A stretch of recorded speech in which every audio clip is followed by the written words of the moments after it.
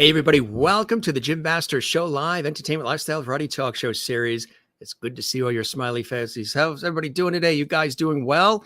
Thanks for joining us, everybody. We appreciate everybody tuning in. Literally from all around the world, we have an audience of international lovely viewers, as we call them, folks who follow the show all the time, which brings in some inspiration, lots of great entertainment, poignant moments, lots of laughter. Were you with us last night when we had Richard Klein on the show from the Three's Company?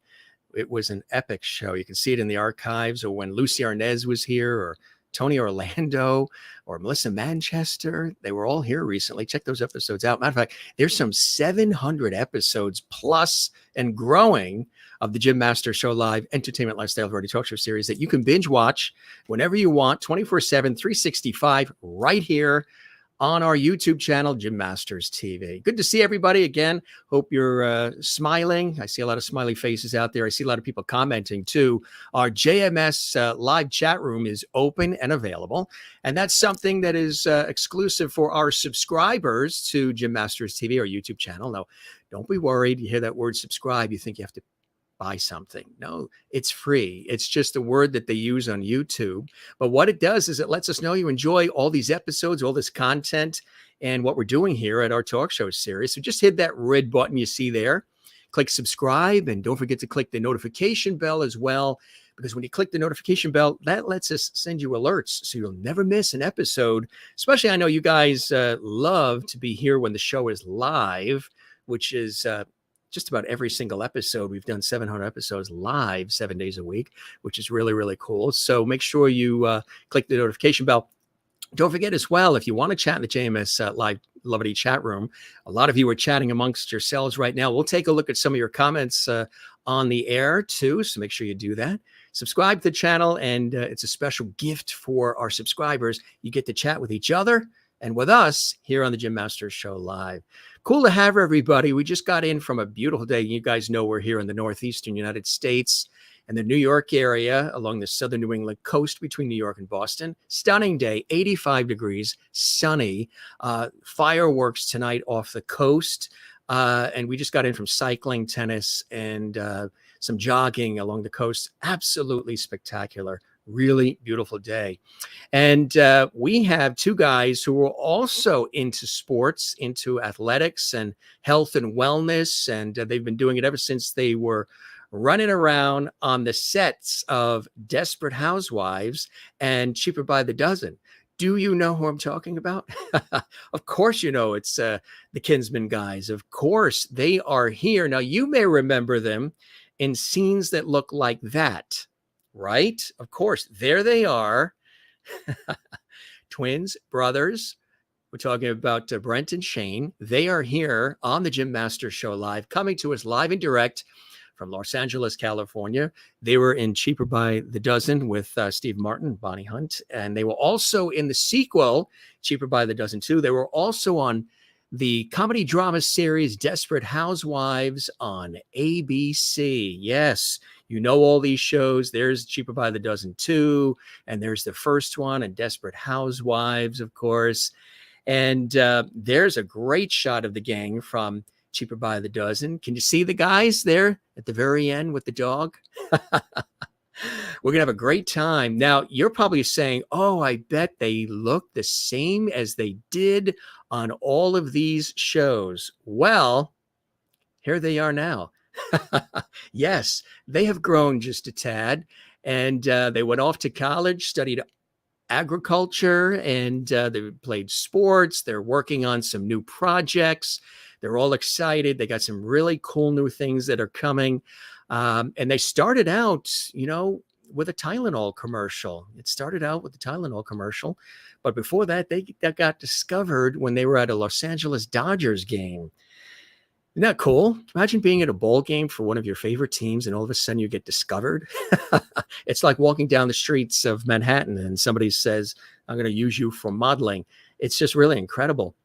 Brent and Shane have really made quite a mark in the entertainment industry. Their remarkable story as actors really began when they were discovered by a talent agent, literally while attending an LA Dodgers game at the age of 4. They had no plans of becoming actors at the time, the twin brothers, they were encouraged to begin auditioning as the agent saw great potential early on, again at age 4.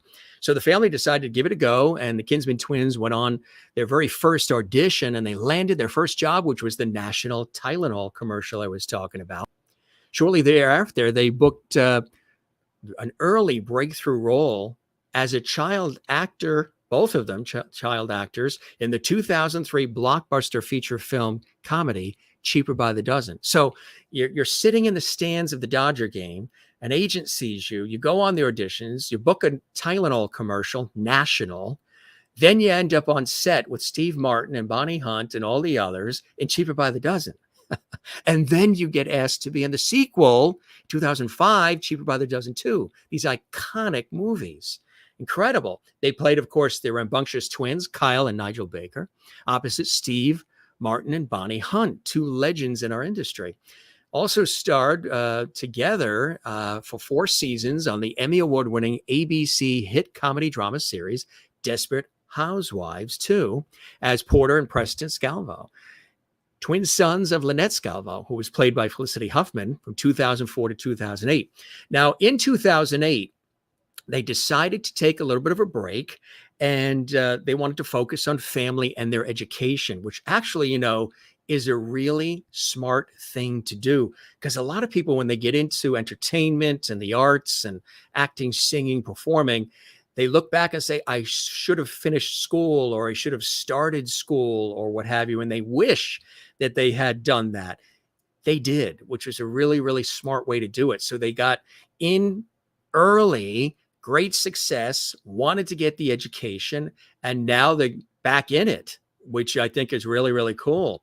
So they have a love of sports. They focused on family and education, and they excelled in school as well as football and baseball, and graduated from Maranatha High School in Pasadena in 2016, and just went on from there. They went to college, which was fantastic. As I said, they studied agriculture as well. They enrolled in Cal Poly, San Luis Obispo, earning a degree in agricultural science, graduating in 2020. And currently, they're excited to continue their careers in acting, and especially passionate about pursuing projects that exemplify the authentic, wholesome family values. We were talking about, now I know a lot of you that watch this show love the Hallmark Channel. They're looking into Hallmark and other things. Maybe you'll see them on The Young and the Restless. We were just talking about that too. They love weights, and they also have trained in Brazilian Jiu-Jitsu, and just had a recent successful competition, also yoga. And they love the active lifestyle. They love the outdoors, and also playing guitar, fishing, snowboarding, motocross. Very, very active. They're living, the dream, and they're doing it with family front and center, which is a beautiful way to be. So we're excited to have them here again. You remember them looking like that, right?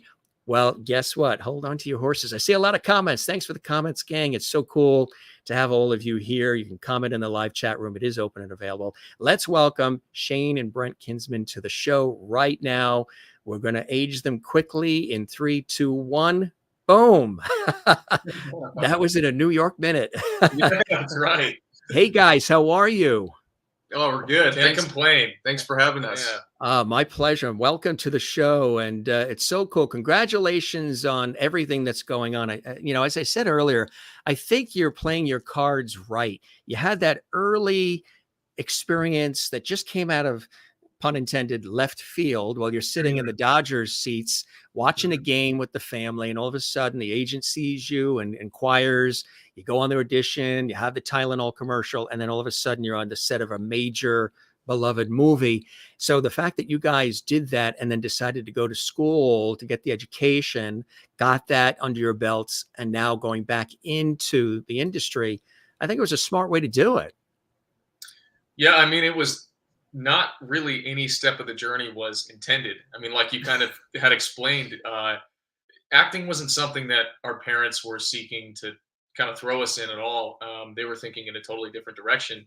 And it was just, one of those luck of the draw situations where we were we were at that Dodger game, and you can't miss two little rambunctious redhead, fireball twins. And so we were making a ruckus as we usually did, and for some reason that struck a chord with the agent sitting behind us. So he thought, oh, you guys would be perfect to play in commercials. Somebody's younger brother who causes a bunch of trouble, and that was kind of our little niche. And then from there, it just kind of snowballed, as these things kind of do sometimes. Absolutely. Now, were you always firecrackers around the house? Were you always dive bombing off the couches and jumping on the beds and always like, stirring things up, having fun?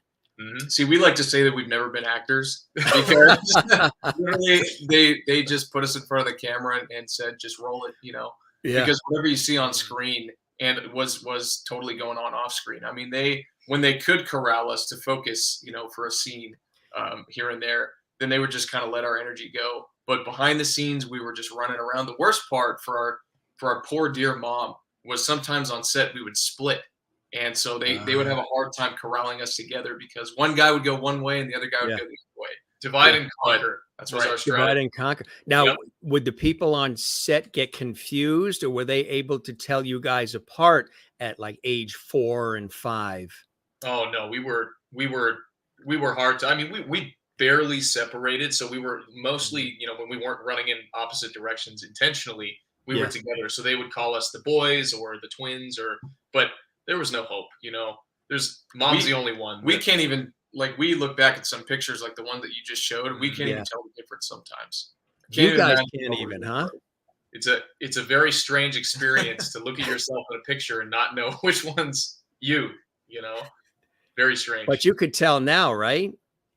Nowadays we can, but with that picture, I would have to guess that I'm probably on the left. I was gonna say the same thing about myself. Maybe.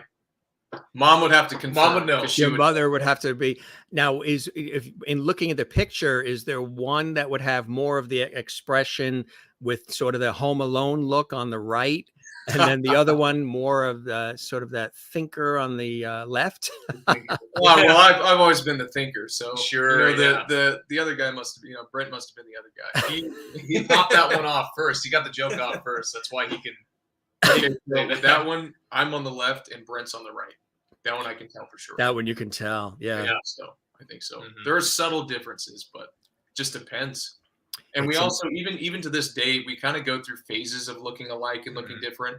A lot of it has to do with our weight and just different things. But I mean, I've seen pictures from like the recent past, like past couple of years, and not been able to tell the difference at first glance. Like really have to study the picture. Mhm. It's a weird existence.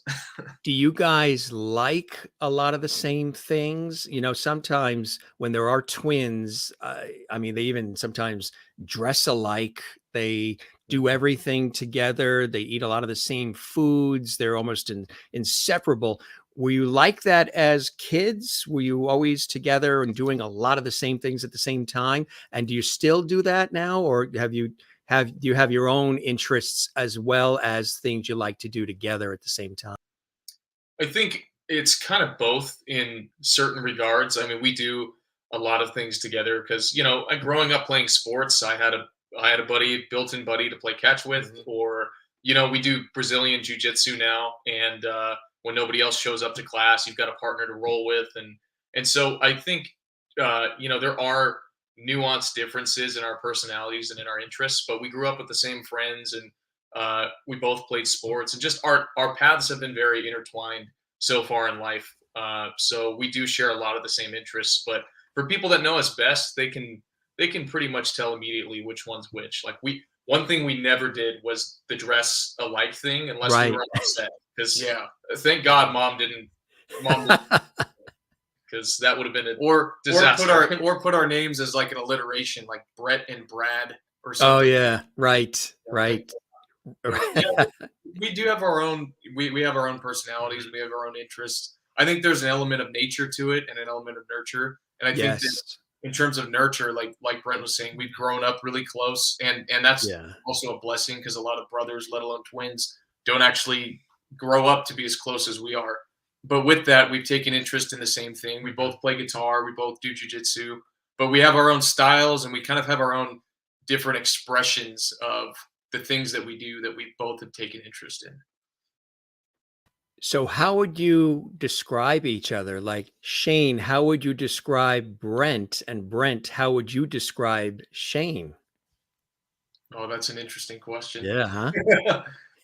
I mean, again, like I think it's kind of hard to distinguish because, like I said earlier, their personality nuances. So they're kind of our differences are a little bit hard to explain and put into words, but we have different demeanor and we have different ways of handling things. And I don't know. I mean, It that also would be a it question also for- depends on the situation too. 'Cause Yeah. people often try to, because like when they're trying to figure us out as a duo, they're like, okay, I've made this distinction with Shane and this one with Brent, but it's never really that, cut and dry, because it depends on the situation. Like sometimes Brent will take the lead in conversation or with personality or whatever, and then in other situations I will. And so people ask like, oh, who's more outgoing? And it just depends on the situation. It's much more dynamic than you would kind of imagine. So not to not to be overly I mean, there's complicated. That's a very diplomatic and good answer.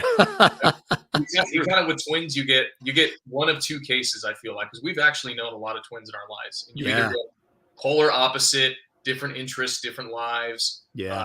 just different in every single way, and then you kind of have actually, I suppose there's three. You kind of have us where we're in the middle of the road. Like we do have differences and interests, but we grew up doing a lot of the same things. And then Yeah. there's the twins that can't be separated, and we Right. definitely It's not us. operate independently. That's really cool. That's really, really good. It's Yeah. fantastic. The opportunity to be sitting again at that Dodger game and have that happen in that way at the age of 4. Tell us about that. What that was like. I mean, you're 4, so you're almost not even fully sure what's happening, and it's so exciting. And do you remember it at 4? Do you remember what was going on? Because that's a very young age. Yeah, bits and pieces, and I think that back then, we get asked all the time, oh, what was it like working with Steve Martin or being Yeah. so, submerged in the entertainment industry?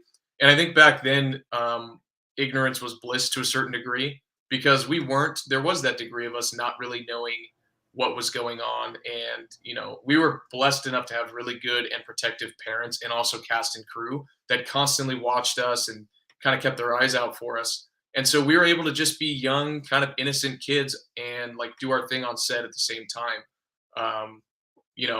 But I think a lot of it we don't remember. I remember bits and pieces. Our parents took a lot of pictures back in the day too. So when you look at a picture, it kind of takes you back in time, as well. So I remember bits and pieces, but we didn't take acting classes when we were kids.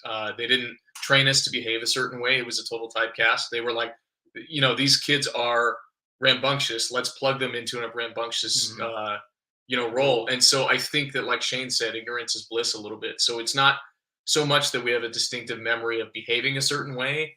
I think we just showed up to wherever we were and we were ourselves, and it was up to the adults to wrangle us. And you were kids being kids. You were authentic kids, and here we are, and this is what we got to do. And what about like lines, remembering lines and things of that nature? How did you handle that, especially at such a young age? We always did pretty well with the lines. I think that, we didn't have a whole lot of lines, but obviously it's relative to your age. You don't, when you're 4, you don't have that many lines. But I think, our parents would just kind of like read them to us and we would just rehearse. There's no magic formula or anything like that. Well, I'm sure they implemented like a reward system. Like, oh, you do your lines and give you guys a, I don't know, Jolly Rancher or something like that. But ice cream cone or yeah. Yeah, that was always, we never really struggled with that. That's right.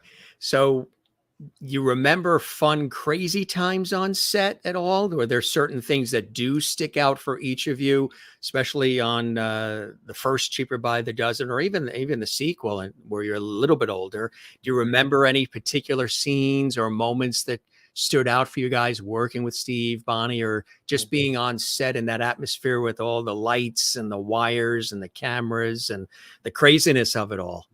It's funny. The memories of all that, like I was saying with pictures, they all get triggered by certain experiences. Like, for instance, we went to a show, I forget what it was, but it it was like a live tape show, and we walked. It was like, I don't know, 3 or 4 years ago, and we went and we watched this sitcom, you know, in one of the studios, and we saw all the wires and we smelled all the smells of the set, and both of us had the experience. It just shot us right back in time, and we're like, oh, I remember what it was like to be on set, you know, and the whole deal, and all these memories that weren't at the surface kind of came to surface.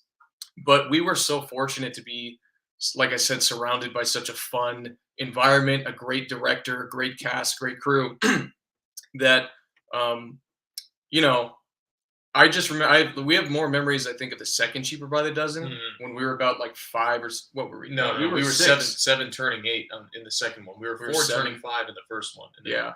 Well, seven. We filmed the second Cheaper by the Dozen in Toronto, Canada, and so we spent the summer up in Toronto. And I remember so many details about that. I remember what the hotel looked like and smelled like. I remember pulling pranks on cast members. I remember the spaghetti scene. There was one scene in the second movie where we're all at dinner.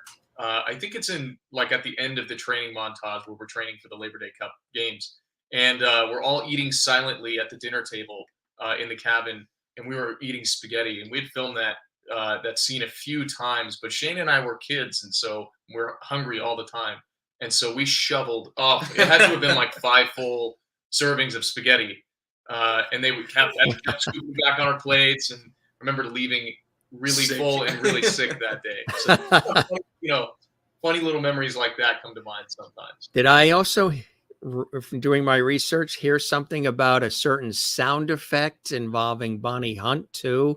That was in the second one. Was it the second one? Toronto. Yeah, there was one. I can't remember what the scene was. It's amazing the things that you do remember, huh? It's all coming back now. It was a scene. I can't remember what the situation was, but we went to like a goof off store or whatever, like a prank store, and we bought this fart machine, and it was just this like machine that you could tape. It had like double-sided tape. You could tape it under someone else's seat, and it had a remote, so you could be 50 yards away and push the button, and it would just burr, you know. So I think we did that to Bonnie. I can't remember if we were filming. No, she was in an interview, I believe. You know, she was doing an interview while that was going off.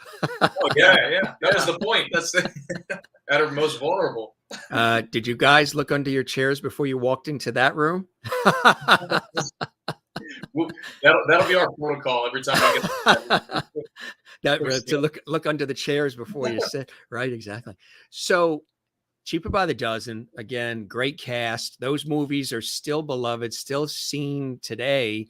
And to be in 2, you know, to be in 1 and 2 is fantastic. And then Desperate Housewives comes along as well. But before we talk about Desperate Housewives, the very first thing was the Tylenol commercial. Tell us about that. I mean, because that's even cool to be in a national commercial and for something as well known as Tylenol.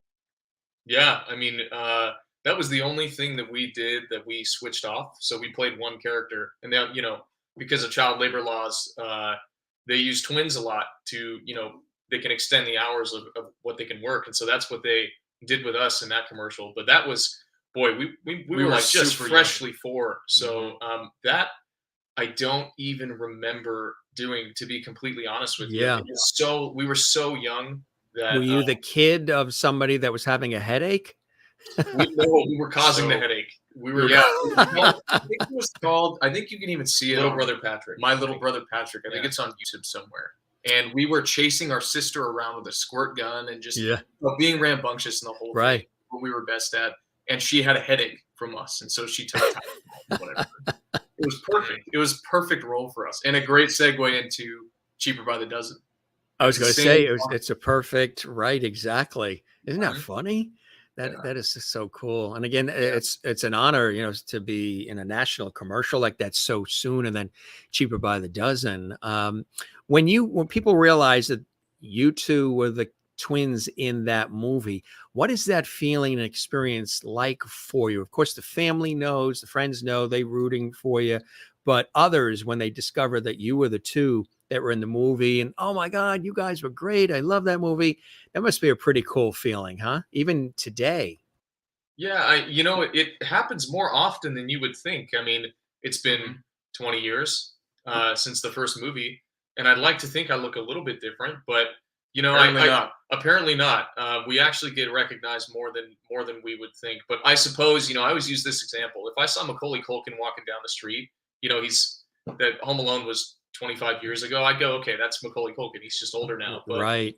yeah, it's always been fun. You know, we're social guys, and so we like to talk to people and meet new people, and those movies were wholesome. And Yeah. now they're nostalgic because they've aged so well, and so they just continue to bring people so much joy, especially around the holidays. They'll play the movie, and a lot of times we'll get the oh, it was my favorite DVD that I'd play in the car on road trips, or it's Yes. just one of those movies that you kind of watch on family vacation. And so to be a part of something that made such an impact is hard to put into words. I mean, it's heartwarming every single time. And I think we, you know, as we grow into young men, I think we appreciate the experience more as we as we grow and mature and see actually how special that experience was. Because like we were saying earlier, when we were doing it, we were just kind of being kids on set and had no idea what the ripple effect was going to be. And I remember our dad always used to tell us from a young age, like, you guys never know the impact you're going to have on people that you meet. So you have to mind yourself and be nice and you know, be careful about what you say, because you never know the impact you're going to have on somebody else's life. So that was a really will. I mean, we'll Terrific advice to get from Dad early on, huh? super, super young. Foundational. Yeah. Absolutely right. Yeah, that was fantastic advice. So, you know, you've had a good support system around you, which is really, really important, because you see a lot of child actors, and some of them we've had as guests, and now they're older and they talk about their experiences of then, and how it was very, very different, and it doesn't always work out well sometimes when they don't have the guidance and the support, and not just the support of the family and everybody saying, oh, you guys are great and blah, blah, blah, but the real support for the times when the day isn't going so well, or when you need a lift, or it's going to be okay, let's go back out there and knock it out of the park again. Those are the times where it's really important to have that support system, and you guys seem to be surrounded by that, which is really, really important, right? Yeah, I mean, you know, one of the things that our parents kind of drilled into our heads really early on is, this is what you guys do, not who you are, because this industry is finicky. You can't depend on it, and it's really hard, especially when people get in at such a young age. It can be easy to, without the proper support, to intertwine their identity with their success, and then the phone stops ringing sometimes, and trends change. You know, back when we were doing Cheaper, twins were really hot, and then that changed, and you know, the phone could stop ringing, like I said. So our parents were everything. I mean, everything we are right now. The reason why we still have our heads is because of them. And I think, unfortunately, with a lot of child actors, you know, they hit success, and this is a very lucrative industry, and so they sometimes become the main breadwinner of their family, and their parents push them very, very hard, forgetting that they're 5-year-olds and they're 10-year-olds, and they want to go throw dirt clods, and they want to go just mess around and be treated like kids and be around other kids. And so there's a lot of difficulty with that. But we kind of had the best of both worlds, where we went to set when we were supposed to go to set, and we also went to school too. So we were around kids our age, and we were interacting socially. And where we're from is kind of everybody knew who we were, and so people got used to it. You know, we had friends that were genuine, and so that was very, very important for us. And we still do. And like we were saying earlier, we have great parents, but we also have a good core group of buddies as well that we've been friends with since elementary school and middle school, and they're still our best buddies, you know, today. And we're 24 now, and like, those will be the groomsmen at my wedding, and his as well. And so, you know, probably they're going to be lifelong friends as well. So whatever success that we do experience moving forward too, we have a lot of people around us that'll keep us grounded and on earth. So yeah, it's got nothing to do with our, you know, groundedness or anything. It's all about the people that we're surrounded with. That's the people you're surrounded with. Exactly. It's fantastic advice. And that's great advice for anybody watching who is thinking about entering into the business, is to make sure you have that grounding. And I've actually chatted with a number of friends who are actors who have come through, and people will, you know, some of the viewers watching live commenting, and they're all welcoming you. The Lovities are all saying hello to you both and welcoming you to the show. They'll say things, some real veteran, seasoned actors, Broadway people, and all, they'll say, oh, if I have a piece of advice for anybody watching, I would want to say this to them.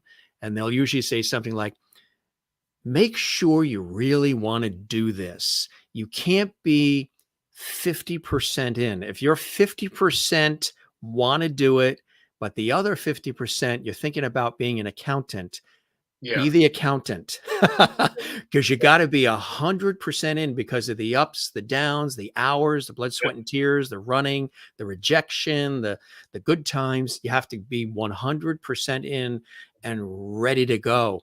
And it seems like you guys have known that all along.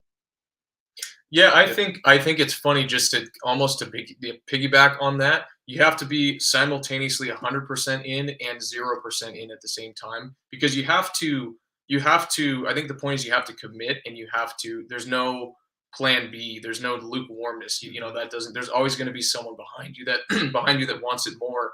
But at the same time if you want it too much to where you need it, then the industry is just going to deflect you. I mean, people will kind of sniff that out and sniff the desperation out of you, and it's unattractive and it can spoil your performance as well. So it's really walking a balance between knowing what you're doing and committing to it and wanting to go 100% into it, but at the same time not needing it and not, like Brent said earlier, wrapping your whole identity around it, because that's a straight formula to, this industry can chew people up and spit them back out. And if you have your whole entire identity wrapped around yourself as a performer or an entertainer and you get spit out, then you're left with nothing. So it's kind of both 0% and 100% at the Well, same and time. I think that you start with I think the key to understanding that is before you go, you have to make a deliberate effort to understand the nature of the industry, right? Like he was saying, so Yeah. as not to ground your identity in something that's so Fickle. yeah, volatile. You have to ground your identity in things that are sustainable first, and then you can go all in. And by all means, you go all in at that point. You have to commit, but you have to build a firm foundation first. Which was cool that you did that and still have that around you. Mhm. As I was saying, then Desperate Housewives comes along, and tell us about that. When you had the opportunity for Desperate Housewives, you must have been like, "Oh my God, this is really exciting!" Now we're going from movies to television. Not too shabby at such a young age. Mm. What was Yeah, that? so Yeah, what was that like? it was really more of the same. I mean, I think I think we just were so blessed. Yeah. We were a case of child actors that, you know, we were surrounded by the right people, not even just like our friends and family and stuff, but like I said, the cast and crew. So the whole cast and crew of Desperate Housewives had our best interest in mind. They were looking out for us the whole time. So really, it was just kind of an extension of Cheaper by the Dozen in that it was more of just showing up, being who we were because that's who we were casted as. We didn't have to overact or Mhm. stretch ourselves, and we would just be Brent and Shane on the set, and we were celebrated for it and encouraged for it. And so it was just more the same good experience. What was it like on set? That was a really interesting series. I mean, some of the viewers are commenting they never missed the episode. They remember you guys on the episode. Some Oh. really interesting storylines for sure. Every week was something crazy, something different, and it really drew the viewers in. What was it like being on the show? I mean, well, fun fact: we actually never watched the show until we were young adults because it was very racy at the time, and we were 8, and so mom and our parents and our neighbors would every week they would when the episodes would come out they would kind of have like they would have a get together and they would make pot roast or whatever else, and they'd watch the episode together because they were adults, and they would send us with the neighborhood kids off to do kid stuff. So. But I have very vivid memories of the set of Desperate Housewives. Like I could tell you, I could draw you a sketch of every single Mhm. thing in that Wisteria Lane house because we spent, with Cheaper by the Dozen, you spend 3 months working on the movie, 4 months working on the movie, then you're done. That's it. But Desperate Housewives was a part of our lives for 4 or 5 years, and so that set became very familiar. I remember all the smells. I remember all the where Crafty was, Mhm. and just everything about that set is very vivid. And so that was it's hard to explain because it was so integral to our childhood. It was normal. It was normal. It was very normal. We didn't just enter the industry as adults knowing anything else. We kind of were brought. We lived a totally reverse experience in that. Like, we were brought up on set, and then when we went to high school and college, and we took a break, we had to learn how to just be high school kids and play baseball and make friends and stuff. So we had a strange upbringing in that sense, but it was very natural. So you were able to, again, balance that out, right? Have the friends, play baseball, do the things you wanted to do while still reporting to set and doing what you had to do there, right? Yeah. I mean, it was always a balancing act for us. And our mom was, bless her heart, she was always the one to take us to set and to get our schoolwork from our teachers. And at the time when we were filming, we couldn't play sports because you can't take a fastball to the chops when you're on a TV show. No, right. And that was part of the decision that was a major part of the decision that we made to leave when we were about 12.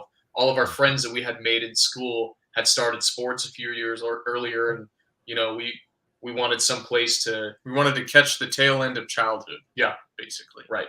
And we did. It was about that. We were at a really fine point in time where we were either really going to hit Hollywood hard, and that was going to be our thing, and we had a lot of offers coming in, and it was really going to kind of explode, or we could back off the gas and go get those last few years of baseball in and solidify friendships, and I think we made the right choice. I wouldn't going back, wouldn't do it another way. Exactly. Now, a lot of times you would figure the instinct for people would say, gee, okay, Cheaper by the Dozen, 1 and 2, Desperate Housewives, things are rolling, Tylenol commercial, other opportunities. But you guys decided to pause, rein it in with the family, the friends, the education, get educated, get to school, do college. When did you decide that that's what you wanted to do? And was that an easy decision? Was that an automatic decision? Was that something that you already had sort of in the back of your minds that you wanted to do? Because most people would probably assume, I would think, oh, once you have these hit movies, you're on a hit television series, school is not even going to be thought about. You're just going to ride the wave of what's going on then. Tell us about that decision to go to school, which I think was a great decision to get the education, get that under your belt. But what was it like to come to terms with that decision and make that decision and stick with it? At the time, it made a lot of sense. I mean, we were, like I said earlier, we were kind of craving that young boyhood, childhood experience. And at the time, it was, our parents were kind of leaning in that direction. One thing about our parents is they were always sober-minded throughout the entire thing. And so, the next big hit was never the priority. We took what we were blessed with and we ran with it. And then when it was time to make the decision, I think all four of us as a family unit just kind of felt that it was time. Again, like I said, our friends were playing baseball and they were joining football, organized sports, and we had that competitive nature in us, and I think that both of our parents saw the value in us growing up as boys. Not that it was their decision; we made the decision together. But funny enough, it was the right decision, especially in light of coming back to the industry, because when you're plugged into the industry from childhood and that's all you know, I feel like a lot of people they don't live that normal kid life, and we lived life, and those nuances that you learn in life and those lessons that you learn organically just by interacting with other kids and getting a stinger from football, getting humbled, exactly, make you a better actor, because what is acting but a reflection of real life? That's why we love it. So we learned a lot about life. We had a lot of great experiences. We both had the opportunity to study abroad in Europe for 4 months. What was that like? Oh, that was. And something. we were both in Spain, but we were in two opposite ends of Spain. Oh, so wow!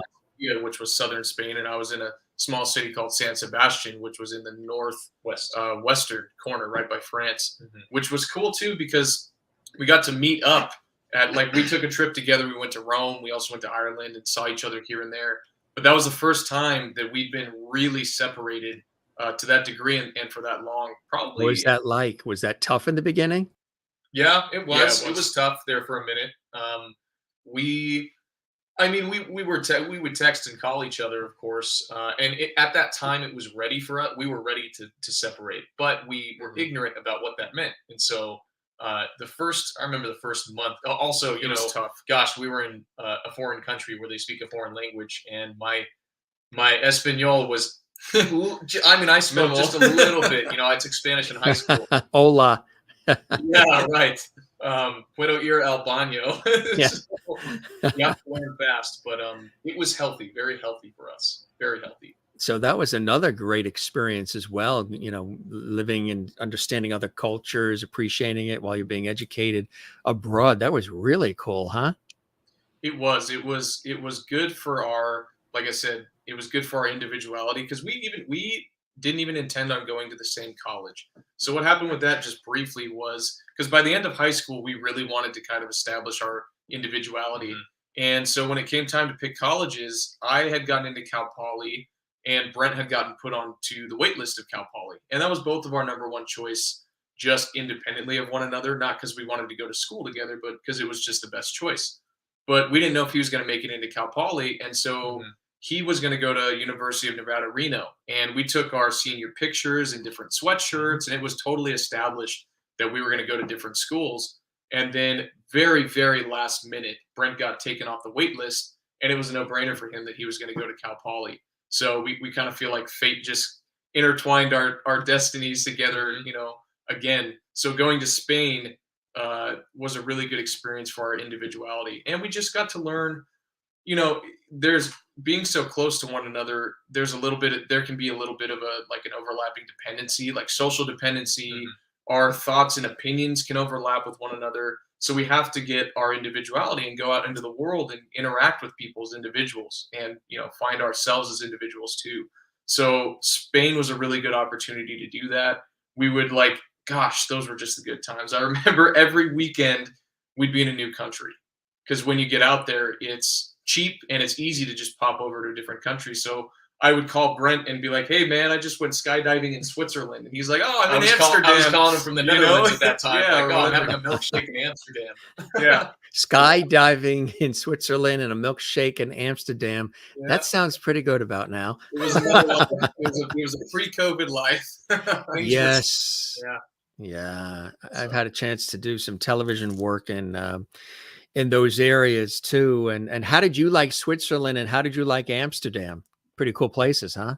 I think Switzerland was, I mean, I don't know if it was my number one favorite place, but I think it was the most underrated place that I visited. I was in Interlaken and it was just so quaint. And I mean, all the major cities that I went to in my travels, I hit big cities. Like I went to Barcelona and Madrid, Rome, but then to go to Interlaken where it was just much more, like I said, quaint and kind of intimate, it was just beautiful landscape and goodness, I jumped out of a plane and saw the Swiss Alps. Like that was on my life bucket list that I thought, maybe I would do by the time I was a fully grown adult, but I got to do that in college. So that was, and I had, Swiss cheese The and real it was, stuff. it was surreal. And I And think it was how'd you like Amsterdam, the Netherlands? Amsterdam surprised me. So Yeah, yeah. I have, from what I had heard about Amsterdam before I actually went and visited there, you hear it's off the page in terms of its policies. You hear about the red light district, you hear about the legal drugs, and it was kind of the taboo things that I'd heard about Amsterdam before I went there. But I had a group of friends, a large group of friends that really wanted to go. And one of them had been there before and spoke really highly of it. So I thought, okay, I'll go, I'll check it out. And I got there and it was, I mean, it was clean and it was so much fun. We went to the Banksy Museum. We wanted to go to Van Gogh, but we couldn't get tickets. One of the days I went off so we were there for 3 days. One of the days I went off by myself. I parted from the group because one, I wanted some alone time, and two, they went to the Heineken Museum, and we're gluten free, yeah. so we can't drink beer, no beer. And Right, so right. I went off on my own, and I walked by Anne Frank's house, and Oh yeah. gosh, I went to the Amsterdam Cheese Museum, which was, Great place. oh my goodness. Yes. Cheese and chocolate are so big there, huh? Oh Amazing. yeah, So that was the good life. Yeah, just it's hanging over the canals, and the canals it and was the millions of bikes everywhere. The yeah, bikes, huh? yeah. Isn't that incredible how they get around with the bikes? Matter of fact, I think if you're walking and you're a pedestrian, you do have to. They don't stop for the pedestrians. The pedestrian has to get out of the way of the bike. Right. Yeah. There were a couple of times we were talking and we were taking photos. We were on a TV shoot and we're like in sort of not in the middle of the street, but towards the side, and the bikes are coming and other people, the Dutch people were like saying things to us, whistling and other things for us to get out of the way because the bikes were not going to stop. That's crazy. Well, there's more bikes than walking pedestrians out there. Than pedestrians and everything else. Exactly right. So, what was it about agricultural science, about agriculture, that attracted you guys? So we were, like we were telling you a little bit, we kind of grew up athletes. So once we were done with acting, our identity or the thing that we did was athletics and stuff. So we loved sports, and we also got into kind of weightlifting, bodybuilding style training in high school. And so we were big on nutrition as well. And so that's kind of what it was, either for me at least. I can't remember what Brent was going to do, but for me it was either going to be agriculture or like physical therapy, something along those lines. And I don't know. I think I just wanted to know where my food came from the point when it was on the farm all the way to the table. And most people don't know how crazy of a process that is, how many different fields of work there are with, from farm to table. So there was a lot of job opportunities. And the other thing was with Cal Poly, they made you declare your major before you got into the school, because they do what's called an upside down curriculum, where you take all of your major courses up front, and then in the later years you take all your GEs. So you have to declare your major early on. And so I think agriculture was just just made the most sense in my 17-year-old mind that didn't know what I wanted to do. And I would say probably the same for Brent as well. So he did agricultural science and I was agricultural business, so slightly different. We took a lot of overlapping classes, but man, my first quarter at Cal Poly, like he said, we were taking major classes immediately. My first quarter at Cal Poly, I took a tractor driving and mechanics class. So I learned how to, and Cal Poly is a big campus. And It so is, yeah. they have cattle and they have horses and they have fields where It's they the real deal. Yeah. So I got to till some fields and Wow. learn about tractors, and it was culture shock. Culture shock. Now, have you guys ever thought of creating something like you mentioned, the health, the wellness, eating well, healthy lifestyle, healthy living, healthy, balanced mindset, of either pitching or creating a show or something where you're doing that? Like you've created your own thing or working with a network that focuses on health and wellness. And here we have, the Kinsman guys doing their own thing together. And it's centered around what you guys love: health, wellness, and taking care of your body and your mind and your spirit. Has there been any thought of pitching or creating something like that? Or have you been approached by anybody as they hear you say you're so in tune with it and such believers in it? Yeah, I mean, we think that our reemergence back into the industry is going to be. We'd like it to be very revolved around our lifestyle. Like we said earlier, we're doing jujitsu, and so that's a really fun martial art. And wasn't there a competition recently too? There was. Yeah, you did well. Yeah. It was humbling. We're going to do another one at the end of July. Cool. So we just got into it about a year and a half ago, or maybe a little bit less. So, but we did our first competition, I think, what was it? June? Early June. I think it was June 1st or 2nd. But humbling experience, but lots of fun.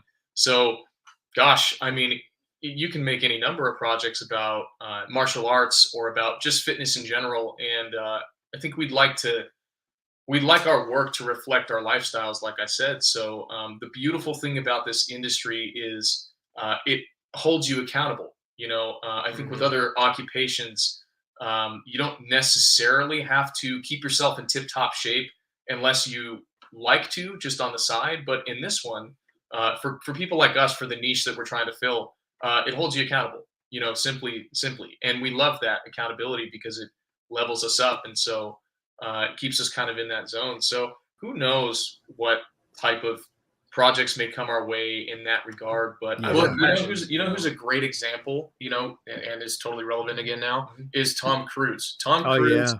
always been a proponent of healthy eating and exercise as a cure, even just beyond general wellness, as a cure for depression and other ailments and stuff. He's been in fantastic shape. The guy's probably, I think, probably close to 60 He's now, 60. and he's in fantastic shape.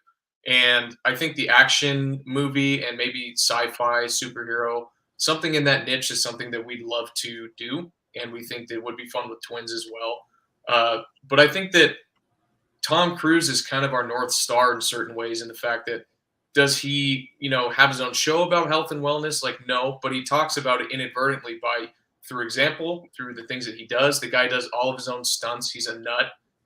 We would totally do that kind of thing too, because we're nuts as well. Kind of adrenaline Yeah, junkies. we do those So things. rambunctious still applies. Yeah, yeah, totally. So yeah, but who knows? Who knows? Maybe after we do a couple movies, or wherever we end up in this business again, maybe we do like a reality show, or like who knows? Something that maybe like a blog of some, like not a blog, but like a vlog of some sort, like a YouTube channel, kind of logging our eating and exercise endeavors and stuff. So it'll play Right. a part in one way or another, but not sure yet how.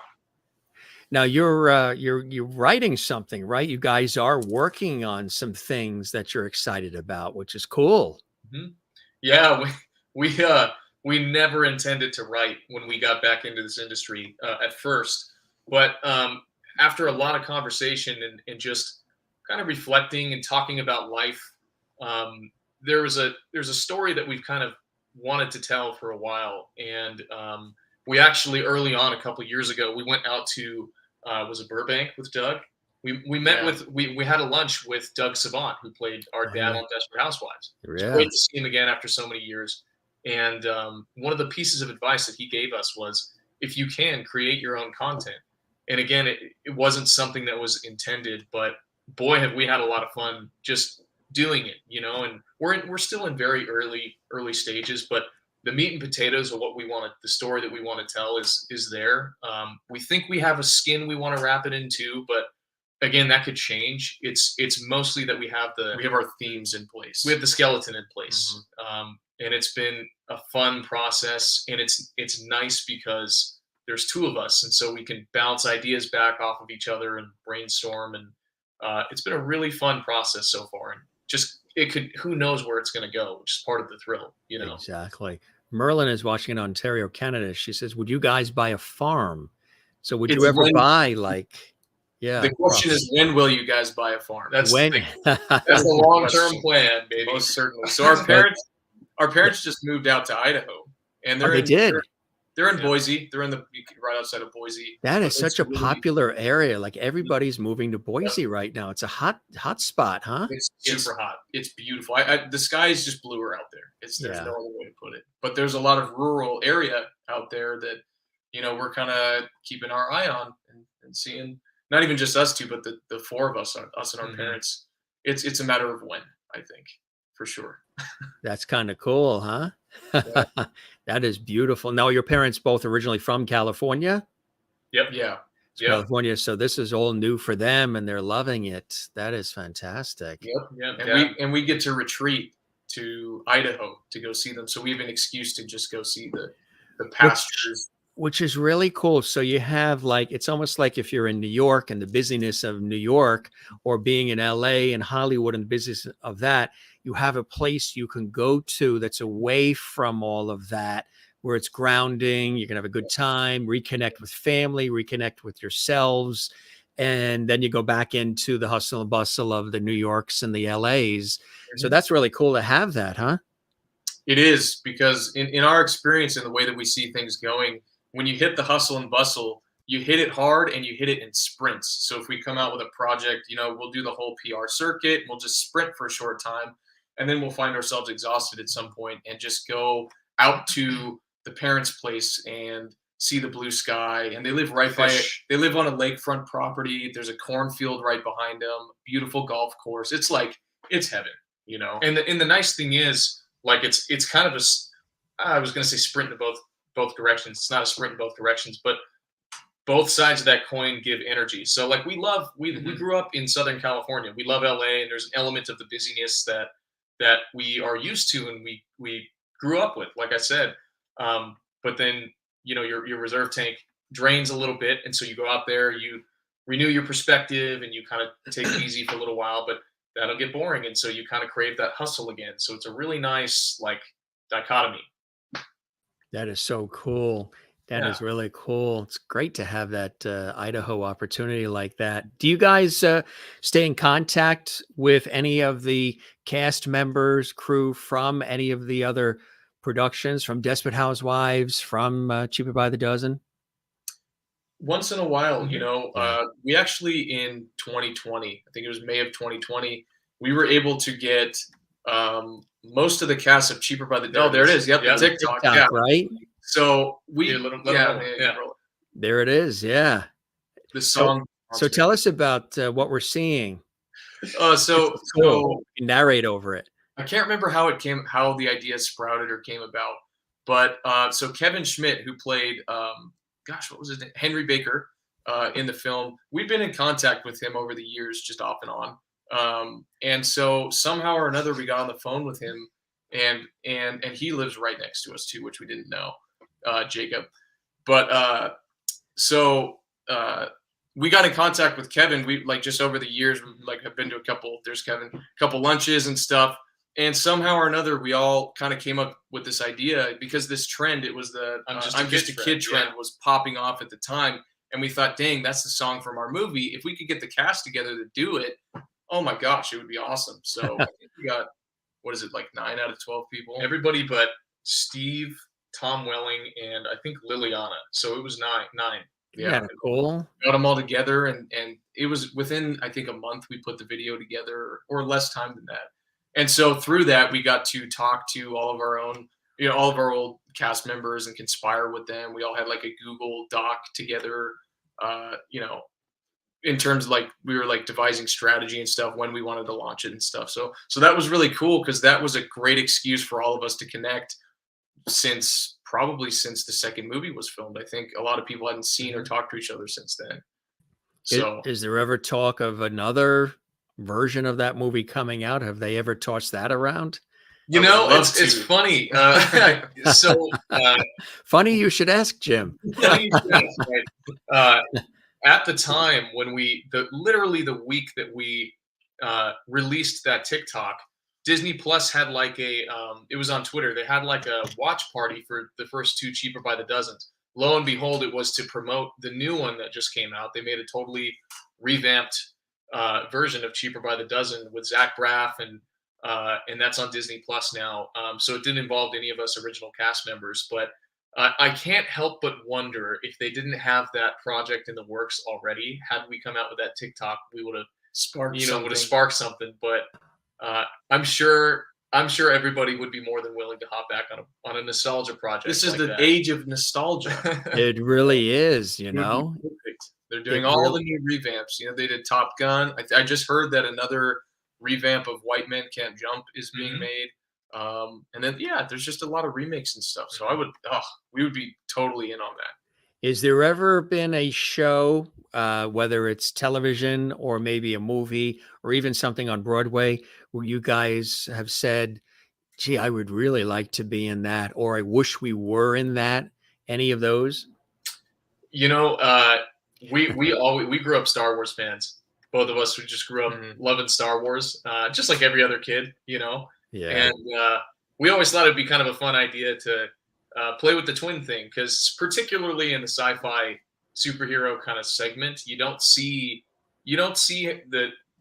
twins as as a lead in that, and you can play the double-sided coin of good and evil, or all kinds of human dichotomies that we wrestle with. Right. Mm-hmm. So we think it'd be fun to wield some lightsabers and tell a great story, but that would be the one for sure.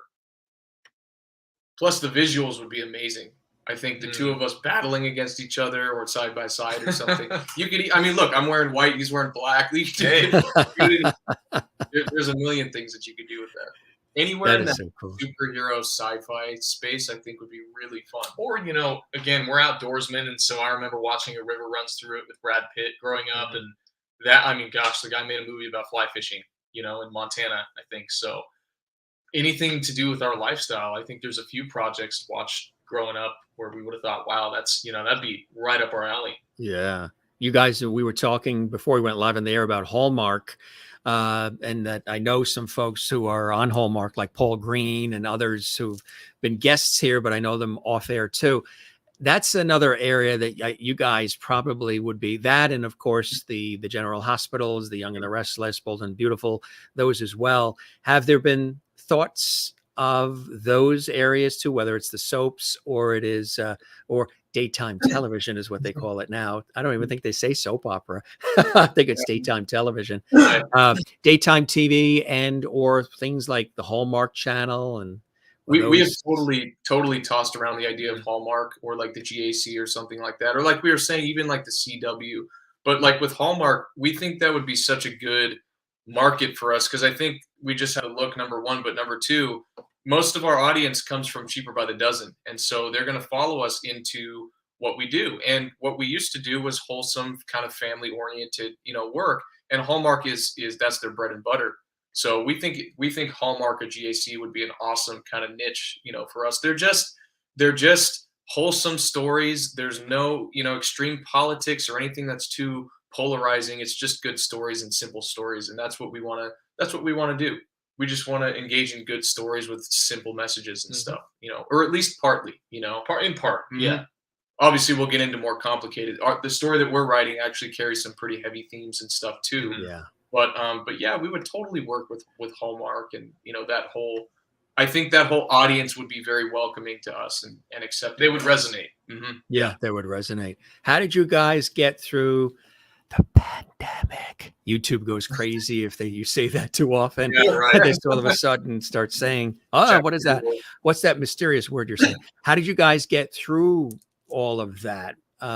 Weren't you were just coming out of school, so ready to take the world by storm, and then boom, this thing comes along? And how did you manage to stay sane and balanced and do your thing through all this?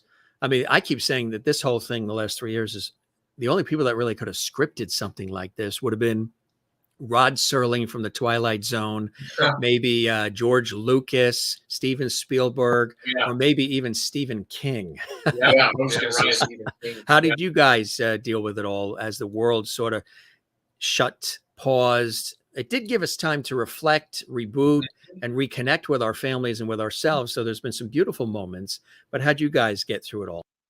Yeah, I was going to say exactly that. I mean, it was very scary there in the beginning for a little while when we didn't really know what this was. And, it was just kind of a panic. And we were still up in San Luis Obispo. And so we came home and had to finish our classes online. But it gave us a good chance to reconnect with our parents. We're very close with our parents, as we've mentioned. And we never, we didn't think that we were going to move back in with them after college. We thought that was it. And we ended up spending, the next 2 years together. So I think that was a good opportunity for us, as well as everybody else. Just got to go home and reconnect with their roots. As silly as it sounds, we walked a lot. I think we just got outside because there was, nothing else to do. There's not many places to go, and we stayed in nature. Yeah, we stayed in nature. We stayed fit. We stayed on the diet, and we stayed, exercising and connecting with nature. Went on a lot of hikes, although for a little while there, they even shut down the hiking trails, which was, interesting. But, crazy, yeah. But yeah, we went to the beach. We get in the water. We just like to ground in nature, especially living out here in the concrete jungle. I mean, we live in a town called Glendora, which is like just east of Pasadena. So we're not in LA proper, but we're in a good spot because we're about an hour from the beach and also an hour from the mountains. We're right by Big Bear, and then also you have like Newport and Huntington. So we would just take advantage of that. We also ride Harleys, so we would ride our Harleys down, to the beach. The freeways were barren; they were empty because it was a ghost town. Stephen King's story. So we'd have a wide open freeway, and we'd just fly down to the beach and just connect in the sand. And it was a really good opportunity to kind of Slow down. Yeah, slow down, minimize, get all the crap out of the way in life, and just kind of reset. So I think there's two ways to respond.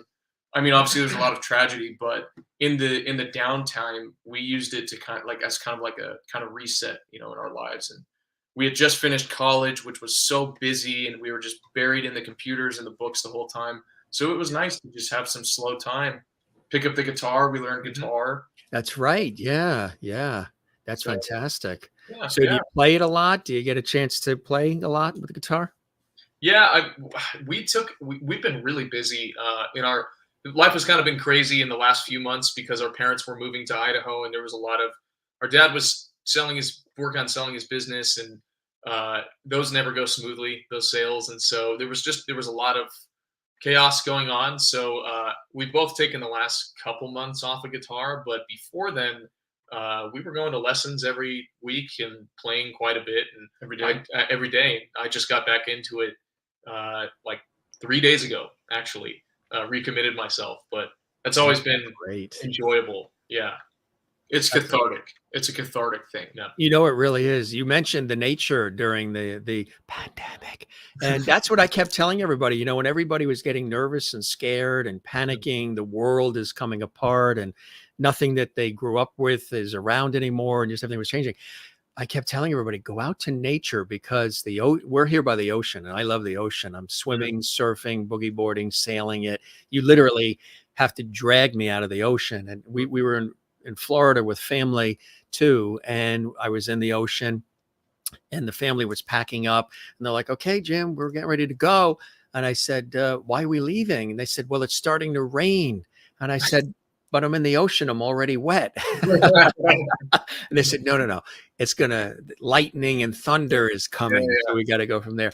But, the ocean for me is a very, very centering place. The rhythm, the tide, the sun rising, the sun setting. It really, I feel so good and centered when I'm either in it, near it, walking it. Just the ocean really is a cool thing for me. But I kept telling people, get out to nature, surround yourself by, squirrels, birds, trees, forests, the ocean, whatever it is, because those things are constant. Yes. They don't know anything about viruses or violence or political stuff, or they don't care about any of that. And it's a rhythm. The sun is coming up, the sun's going down, and it's going to do that tomorrow. So if it seems like everything is flipped upside down, well, that's us, the humans, but the rest, the animals, the ocean, the birds, the sun, they're just doing their thing. Yeah. So you get out there, and that was great that you guys did that and do that, because it's incredibly centering, balancing, and reinvigorating, isn't it, to be in touch with nature? Yeah, I love the point that you made about the fact that it's unchanging too, because I mean, there's no doubt that the pandemic was serious and there was a lot of tragedy involved, but there was also the side of it where, there was panic and there was everybody was sensitive and everybody's feathers were ruffled. emotional, And so when you could get away from the noise, and especially all of us were just on our phones, and there's political stuff going on and panic and the whole thing, you're seeing the worst of the worst. When you can connect with nature, for an hour, half an hour, whatever it is, it really helps to recenter your perspective, and you can get a good grip on reality as opposed to what's going on on the screens and on the news and stuff like that. I totally resonate with that. That's why we like to spend time. We like to fly fish, like Brent was saying. Your thing's the ocean. We like the ocean too, but we're mountain guys. Yeah. So we'll go up to Mammoth Mountain, and in California, it's like one of the ski resorts. But they have really great streams, and we'll just sit on the stream in our waders and fly fish. Listen to the rhythm of the water. Listen to the the leaves and the trees and the wind. And stuff. Forget everything that's going on down the hill. For a little while, and then just recalibrate. That's the best, isn't it? When you get a chance to do that, it's absolutely the best. Merlin was asking, what kind of music do you guys like? Do you like the same thing, or do you like separate kinds of music?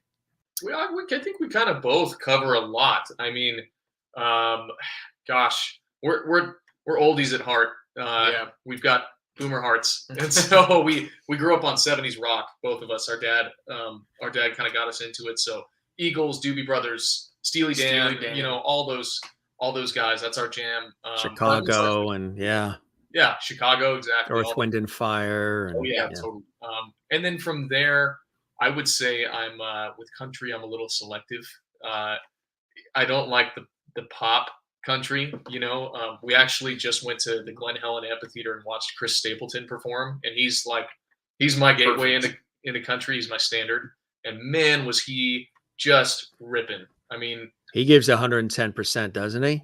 Wow. Yeah, he's perfect. He's cool because we went to Luke Bryan. We saw Luke Bryan perform at the same amphitheater a few months prior, and he's fun to watch because he's very energetic and he moves on stage a lot and he gets the crowd up and going. But Chris Stapleton will stand there and not move, but it's one of those concerts you go to and you close your eyes and you listen to him and he doesn't miss a single note, and it's just musically it's profound. So yeah, it's incredible. Now, was that anything you guys would pursue? Would you, since you've taken up the guitar, would you consider singing, writing songs, songwriting, and any of that too? Yeah, no, totally. That'd be an interesting, unforeseen turn, but would be so much fun though. Our musical development is in its infancy, to put it, straight. Yeah. But who knows down the road? Guitar has actually come pretty easy to the both of us. I can't do math worth a dang, but I can do music. For some reason, I can play the piano. I can do guitar. It just that language. You pick it up easy. Yeah, it just makes sense. Like by ear, right? No idea what my singing abilities are, and I don't want to find out anytime. But don't wish to make the debut here on the Jim Masters Show. Yeah, right? certainly. Yeah, who knows, man? Darn, and we thought we were going to go viral. Yeah, that's viral in the not so fun way. When you are ready, we'll always have the porch light on for you. You can always sprinkle that into the mix. Yeah, you bet. Who knows? A lot of actors you'd find actually have a music background. Like Jeremy Renner is in a band, and Michael C. Hall from Dexter, he sings, I think, and plays guitar as well. And you find a lot of actors sing, not just play the guitar, because guitar is a good kind of pastime while you're on set and you're just waiting for things to move along. But a lot of them sing too. So who knows? Who knows? There's a little hint there. I think they're teasing you, gang. All our viewers watching around the world, they're saying some great things too. They're just really, they've been greeting you guys left and right here. Hallmark would be smart to work with you both. Can't wait for your gifts to show up everywhere. Oh, that's sweet. It's very sweet. Love to see you on Hallmark, which is cool as well. That's great. So you got some levity there coming from our viewers, which is cool. That's great. What are some blessings? Well, I think you've been listing them throughout the great conversation here, but what are some additional blessings and joys in your life that sort of forge you forward to want to, get back in the game and do your thing and, share with us entertainment, be involved in the arts, be immersed in the arts, and, inspire people and entertain them along the way like you guys like to do? I think, first and foremost, our faith is the most important thing to us. And so that's anything that we do is outward from that. That's kind of the roots of everything that we do, our interests and what we're kind of about. But I think the thing about people and about human nature in general is we resonate with stories, right? Like that's how we communicate. That's how we learn things.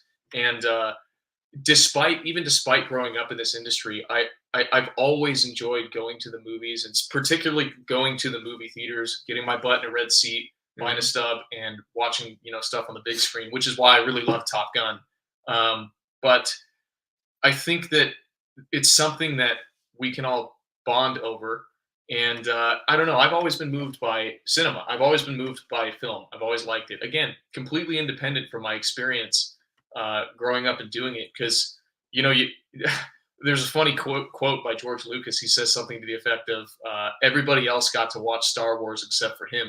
Because when you're on the backside of the camera, it's so completely different. And rather than when you're absorbing it for what it is as a finished product. And so that's definitely part of the influence of why we're moving forward in this career is people like stories and they're always going to like stories. Yeah. And there's no political message. There's no doctrine out there that isn't portrayed well besides told in story form. Does that make sense? I know it was kind of long. Yes, no, it's true. Yeah, That's yeah. how we learn. I So I like the way you look at it that way. And you guys mentioned something earlier too, that you have sort of an old school, your old souls in a way, right? A lot of old yeah, school sensibilities, yeah. which is kind of cool. I'm very similar that way. And somebody else who was very much that way. And matter of fact, he played God in the movies. Mr. George Burns is with us. Ah, that's great. He always pops in towards the latter part of the episode. He's got his cigar there down the bottom. He's got his red pocket square. Oh, yeah. My my mother's the young. Talk about big families. They could have worked on a farm. My mother is the youngest of 16, and That beats us out at 12. Yeah. I was going to say that that's a whole baseball team right there. And Yes. so this was one of my aunts, and she collected dolls. And when he turned 100, it got passed down to me after she had collected it. It got passed down in the family. So he pops on, and he said, "You guys both knocked it out of the park." He said he really enjoyed the conversation, and he's a guy, George Burns. He's done it all. So he said you got a lot of good things coming your way, and a lot of things that we're going to enjoy that you have in store, which is kind of cool, huh? To get that from George Burns. Thanks, praise. What do you? Yeah. What do you know? I see. He matched your attire. He's got the black and white too. Well, wow. It's cool stuff, huh? This was awesome, guys. Really, truly, to meet you both. Welcome you here on our Entertainment Lifestyle Variety Talk Show, where we say we're bringing back the lost art of conversation. I said I don't, I work in TV and radio, and I don't really call these interviews per se. I really call them conversations. And if there's a CD, a book, a movie, we talk about that as well. But we weave it into life and conversation, and what you guys are passionate about, and the viewers are really talking really fabulously amongst themselves here. Here's Jane, who's watching in Sweden. She's always here. You guys are now in our Lovity family. Say, I told you about the Lovity, and I hope Jim gets you back. Oh, absolutely. We'll have the door open for the guys all the time. That's Jane sending love in Sweden. Kathleen in New York City. Thank you for being here, Shane and Brent. Best of luck in all you do. And Merlin is here saying, it's been a blast, guys. She's up in Ontario. Looking forward to seeing you in the movies. Oh, those are great. Yeah, I love all this. Nikki here, and she's in California, in the LA area. I'm so impressed with how seasoned in life you two seem. It's been a pleasure meeting you, Shane and Brent, and I wish you all the best in your lives. Cool stuff. That's a compliment. Likewise to you, Nikki. That's very nice. If you guys are ever down in the dumps having a rough day, stop by the Jim Masters show. It lifts people up. It sure does. Definitely does. And This is a blast. Yeah, it's a blast doing it. When I turned the lights on, like I was saying, 700 episodes and 2 years ago, and said, gee, maybe because I was supposed to be in Ireland and Texas and Florida on these TV shoots, but everything was grounded. So I said, and I still got to do a lot of stuff, radio shows and other shoots and stuff, either remotely or through, the house studio and stuff, which was great. But when I was going into like the PBS studio and stuff, it was barren. There was nobody there. Everybody working from home. I mean, there's still a lot of people that are still working from home and still just slowly coming back to offices, even studios, TV studios, production studios. They're still slowly coming back, but I was able to, continue to work through it all. But the planes weren't flying, and I was supposed to be again in Ireland, Texas, and Florida on shoots. So I said, what the heck? I'll just turn the lights on and just start talking and see what happens. Throw it up in the air and see where it lands. And it's been 700 episodes later, and getting a chance to have great guys like you on talking about what inspires you. And, you're great role models too. I'm sure you've heard that for even younger kids that are in it or coming up. Have you thought about that? Have you guys ever done any public speaking or mentoring? Or I could see the two of you doing that, inspiring others. Yeah, we appreciate the compliment, and we just want to move forward as grounded and as humbly as possible. And I think that we want to, shine a light by example. We want to speak through our stories. And of course, if we experience some success with those, then we'll platform and we'll be able to speak on panels and, interviews and stuff. We love PR. PR is like our bread and butter. We love just talking to people. Having Yeah. conversation, like the organic, just free flow conversation. That's what we love. Let it roll. Exactly. That's what I tell everybody.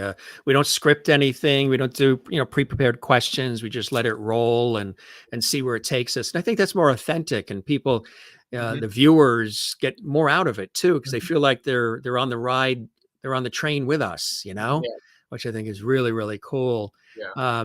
Well, I hope the show met whatever expectations you had, guys, and you enjoyed the time with me as much as I absolutely have, and our viewers have with the two of you.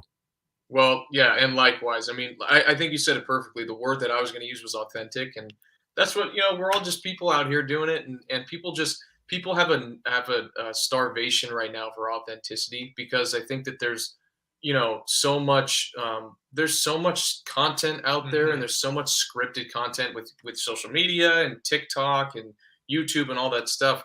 There's so many people just trying to be famous and trying to be the next thing and following the trends. And for us to be able to just come on here and have a conversation with you, it's just conversation. It's nothing trendy. It's nothing, volatile. It's just conversation. And that's another thing that's unchanging, is why follow the trends when you can just speak about life and tap into somebody else's experience. And I can't even imagine how much you've learned over 700 episodes from all the people that you've interviewed. I mean, I'm envious of that. So it was an honor. I was totaling it up. That with the TV and radio work, I've interviewed about 6,000 people in my career, which is like, it's been really cool. It's been really, and it remains that way. And you guys are really cool guys, and you're welcome back. We'll keep the porch light on for you anytime. If folks want to follow, where can they follow you? Instagram. Tell us about where they can follow your adventures. Instagram is pretty much the only social media that we exist on.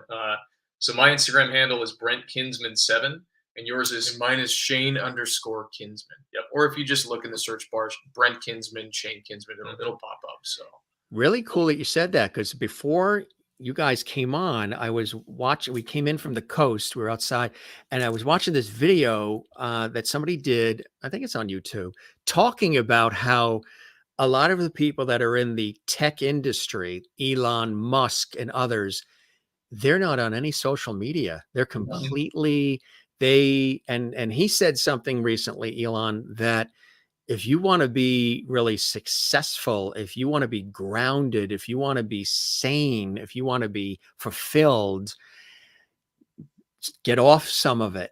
Don't glue yourself, and don't be on every single thing and looking and constantly on it 24/7, because you're going to be comparing yourself to everybody else, and you're going to be disappointed. You're going to be depressed. And a lot of what you see out there isn't even reality. People are creating stuff that isn't real, and they're making the pictures look better than they are. And everybody's on a yacht. Everybody's coming off a great party and all this stuff, when a lot of it's not even reality, and that you can get hung up in that world, and it can be very detrimental. And you are sort of then envious of the people that you're seeing who are posting all this stuff, but it's not necessarily real what they're posting. But yet then that keeps you frozen in time as you're scrolling and scrolling.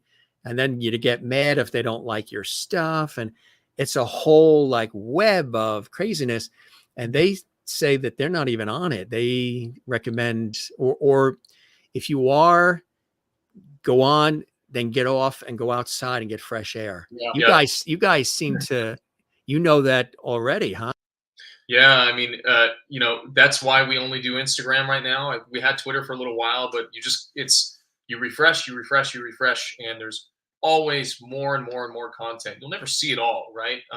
But like you were saying, you can catch, let's say you're an upcoming actor, and you're looking up to Brad Pitt, William Dafoe, Adam Driver, whoever it is, right? And you see these highlight reels on social media. You can see their life's highlights at the Oscars or at different interviews or successes that they've had, you can see their entire accumulated life successes, all three of those people, in an afternoon. And then you compare that to yourself, and you're like, oh gosh, I'm going nowhere, I'm nothing. And meanwhile, you've killed a whole afternoon, and you've buried yourself mentally in a place that's not at all tethered in reality. And so I think managing one social media, at least for us, and managing it well, is great, because you get all the benefit. And Instagram's an moderating, amazing tool. Yeah. But there's a tension between benefit and yes, more is not irresponsibility. more. It's the wisdom actually comes in what you don't consume. Yeah. And I think, to Brent's point, I think that what people often don't think about is when you're looking at Instagram and you're seeing the highlights, you're seeing the summation of many, many, many people's highlights, and then you're comparing that to your one life. We all live one life, and we can only experience and accomplish as much as we can as one person. And so when you take everybody's success and everybody's 6,000 people or however many people you're seeing, and then you compare it to your one life, it totally saturates your thinking and takes you out of reality. So it's hard. It's a tough balance. It is. Yeah.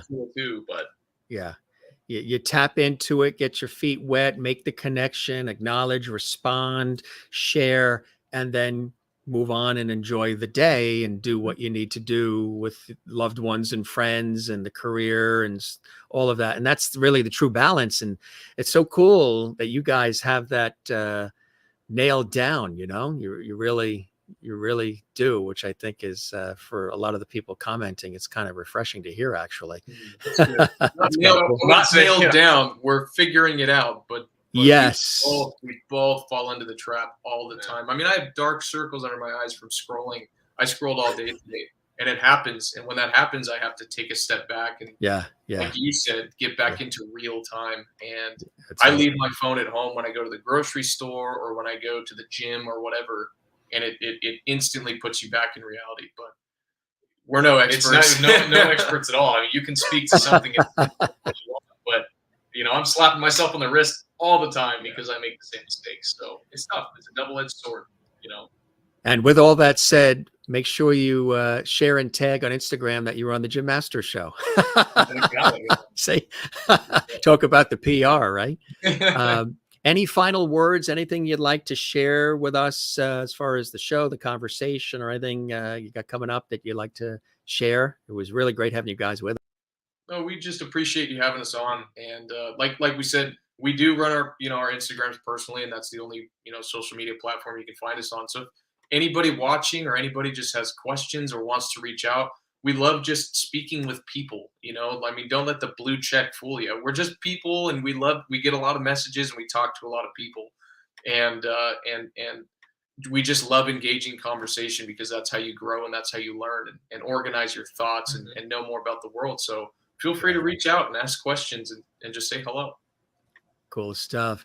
Really cool having you guys with us. And thanks for all the time, the wit and wisdom, and best of luck to you guys. You're on the right path. And again, I thought it was really cool that you had that early break sitting at the Dodger game of all things. The next time I'm sitting rooting for my Mets, I'm going to look around. You never know, man. Yeah, I'm not going to have any signs or anything, but I'll just look around. Let it happen. That's right. Exactly. And so cool. And, then you did the schooling and everything. So you're on the right path. You got lots of love and support around you. So you're on the right track, which is awesome. And you guys are the best. Thanks, Brent and Shane, for joining us here on the show. Spread the word about the show. If you know folks you think would like to pop on, everybody is welcome. I think we do something kind of special and unique here, and sending you all the best, continued success, and blessings to you and the family from us here at the show and from me. It was a pleasure. Awesome. Well, all that likewise. Thanks again. And we'd love to be back on. Absolutely. You be well. And have you eaten dinner yet? Oh, it's grubbing time. It's going down in about 10 minutes. Big time. This is a foodie crowd. What are you going to have? Steak. We're huge. We're huge meat eaters. So we actually have. We're gluten-free guys. We don't have celiac, but we have a very high allergy to it. So we actually keep a pretty strict diet because we have to keep the inflammation down and stuff. So we eat a lot of basically meat and fruit, Some fish. and it's yeah. it's a performance diet. It's so that we Yeah. can lift weights and do jujitsu and stay active and stuff. But I love it. We eat the same thing every day for the Whole most. Foods. Whole Foods. Cool stuff, huh? Maybe followed by a tub of ice cream. Who's to say? That's the Yep. Who's to say? Little Ben and Jerry's here and there. Yes. Yeah. Not bad. Have you ever been to their fantastic plant up in Vermont? That is an No. awesome place. Yeah. No. Up towards, we went up there. It's out towards, well, it's by Montpelier and Stowe up in that area. And you could tour the whole thing and see them making it. And they give you all these samples and everything. Oh. You guys might go wild in that place. I wish you hadn't mentioned it. Got to come East Coast now, right? Oh man. To Well, Vermont.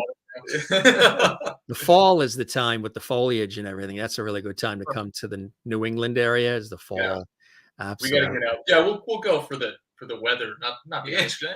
I'm Not not the ice particularly the ice cream. But Yeah, we'll go we'll for the see. weather. You know, I think we got a good name for your group. If you guys are going into the singing and songwriting, you could play off the early years, and you could be R&R, the rambunctious rockers. There you go. R&R. It's R&R. That rolls off the tongue. Nice. Jot that down. Duly noted. That's it. Brent, Shane, you're the best. Thanks for being with us. And again, all the best with everything. And let's stay in touch. You're welcome back to, grace us with your presence anytime you like, my friends. Oh, well, thanks again. You're very welcome. You take care. All right. So yeah. All right. Cheers. Brent and Shane Kinsman live and direct from the greater Pasadena, California area and greater Los Angeles. Really cool to have them here. You guys know them again from all those epic movies and television, and you remember them when they were this age.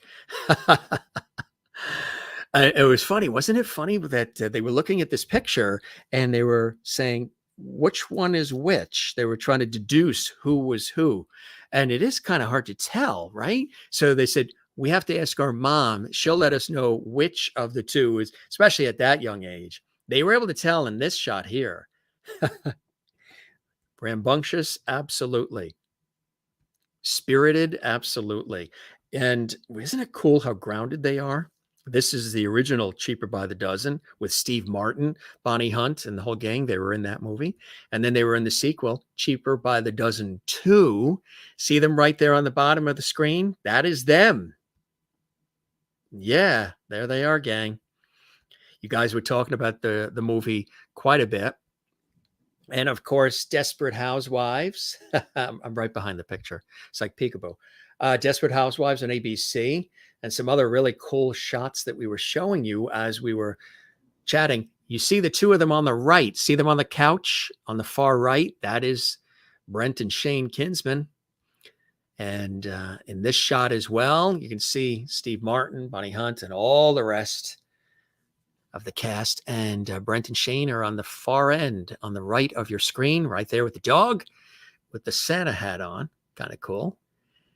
And it's just some more great shots here. You can see them right there, right in the yellow. There they are. And that is also from Cheaper by the Dozen. Really, really cool. If you guys enjoyed this episode, be sure and subscribe to our YouTube channel. Help us out, support us. There they are with Steve Martin and Cheaper by the Dozen, Brent and Shane. Now, when you were watching this episode and they were chatting, Brent was on the left and Shane was on the right. If you were looking at the screen and trying to figure out which one was which, Brent was on the left and Shane was on the right. So if you rewatch this, and then of course, Desperate Housewives, a number of you were saying you watch that series on ABC, and there the guys are today. Really cool having them on the show, stopping by our Entertainment Lifestyle Variety Talk Show series. Another great shot of them as well. It was another cool shot. Good guys, huh? Yeah, they got good heads on their shoulders. They're grounded. They got a good family, and really cool how again they got discovered by being at the Dodger game. You guys are never gonna think about a baseball game again. Every time you go to a baseball game or football game or whatever, soccer match, You're going to look around and say, is there an agent? Is there a producer? Is there a talent person watching? You never know. You never know. That's how people get discovered. Brent and Shane Kinsman, twin actors, brothers, Cheaper by the Dozen, Desperate Housewives, and much, much more, joining us here on the Jim Master Show Live for a really terrific conversation. And that's what we call this here on the Jim Master Show Live.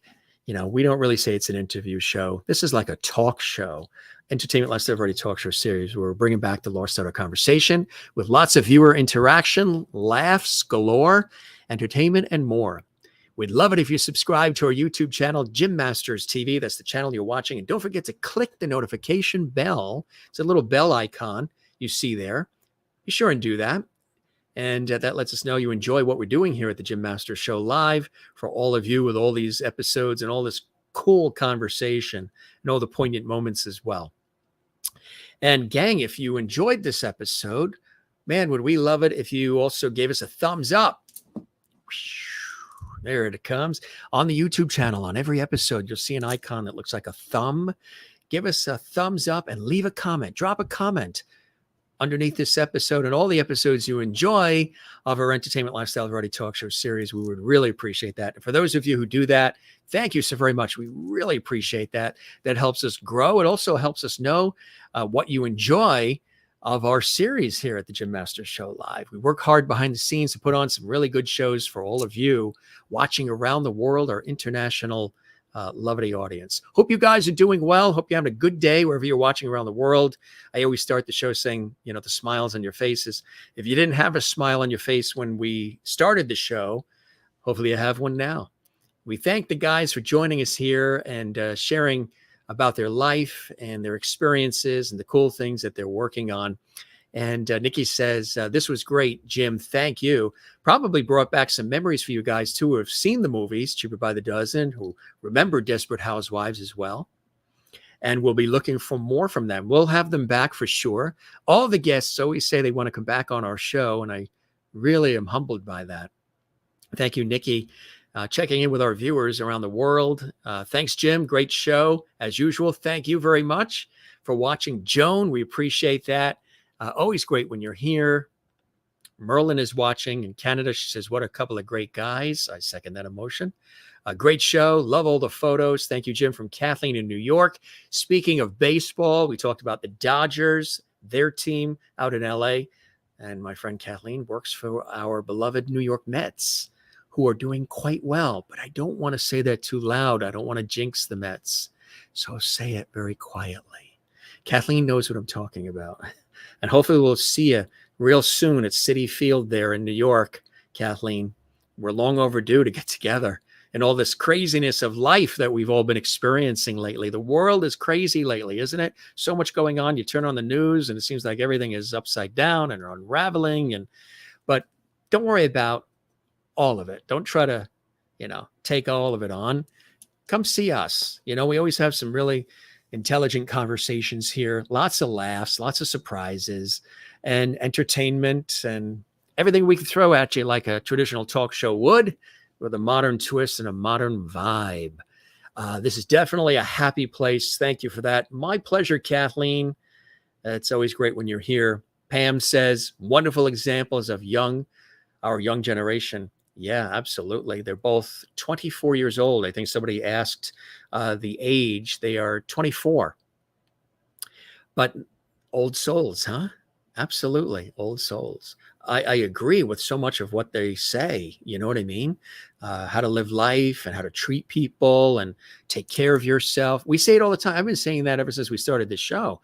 Love one another, take care of one another, be good to one another, take care of yourself, be good to yourself. I end almost every show with that, and they are living that way too. And isn't it cool that their parents moved to Idaho too, and they have a place in Idaho where they can get away from, the craziness of the city and Hollywood and everything? That's really great. You do need to have a balance in life.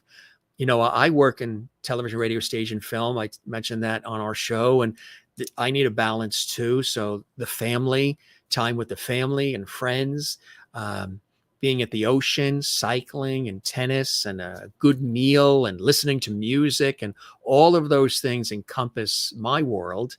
And there's times when, even though I work in this industry where there's always lights and I'm in a TV studio or I'm on location or I'm on the radio or I'm on set somewhere or whatever it is, I look forward to the days when the lights are off and the shades are down and we're, in our sweatpants and we're having, ice cream or, or whatever it is, Reese's peanut butter cups, maybe, who knows, and we're watching movies and just having a good time and we don't have to think and we don't have to do anything. We don't have to do any heavy lifting. We don't have to think much. We just relax and turn it all off, especially when you work in these industries where it's go, go, go and do, and everything is on and, you got to create and do and keep going and keep going. That drives you. That's really exhilarating. I mean, I love that. That really gets me going. And all my cylinders are always, I know I always look always so calm, cool, collected, and everybody says so easy and casual, which is my personality. But inside, it's like a sport. All cylinders are firing. The adrenaline is up. It's about 9:44. It's 9:45 at night here right now. I won't be in bed for a while. I got to come down from the exhilaration of being with all of you and with our special guests. We got all kinds of emojis coming in from Jane in Sweden. Lots of thumbs up from Jane. Jane leaves comments on our YouTube channel as well, which we love. And if you have not left a comment on our episodes, please do. We would really, really love it. Not just in chat like what we're showing here, but actually leave a comment on the YouTube channel. That really helps us big time. Thanks for all the love. Superb show. This was great. Sherry in Kansas, USA says, wonderful conversation tonight. Two wonderful young men. Thank you for this and all you do. Heart, heart, heart. Thank you very much, Sherry in Kansas. Great to have you here as well. And Sherry is very big with sharing the links on her social media. Relax and enjoy. Very nice. Good stuff. You guys are great. Thanks for all the comments. If you missed anything with this episode with our very special guests, actors, twins, great guys, Brent and Shane Kinsman from Cheaper by the Dozen, Desperate Housewives, and much, much more to come. Don't worry about it because you can see the entire episode in its entirety saved for you because we archive all of the episodes on our YouTube channel. And I'm just looking at more of the comments coming in. Thanks for all these great comments. But everything is saved and archived. So you can go back and see all these episodes that we've done. Really epic. Again, last night we had Richard Klein on, who starred on Three's Company. He was Larry, John Ritter's best friend on Three's Company. We had an epic conversation. He was amazing.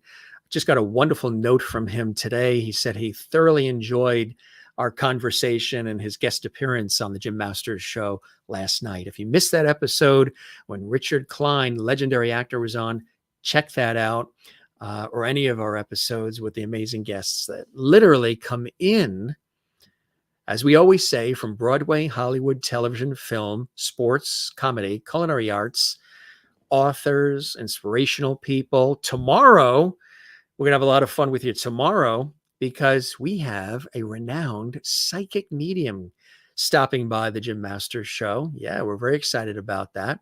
He's going to be with us. He's not only a renowned psychic medium, he's a clairvoyant, he's a healer, he's a spiritualist. He is also, in addition to all of that, a singer, a songwriter, and a musician. Gary L. Wimmer is going to be with us. He is renowned. I know a lot of you are very excited about that. He will be with us tomorrow live, coming from, I believe it's the West Coast. We will be on tomorrow, 8 p.m. Eastern, 5 p.m. Pacific. It's going to be a beautiful, stunning day here on the East Coast and the Northeast, along the coast here in the New York area. So we're going to be out and about tomorrow. We're going to go to the beach. And we're going to go out with the family and friends. We're going to have a fantastic time. But Gary will be with us tomorrow.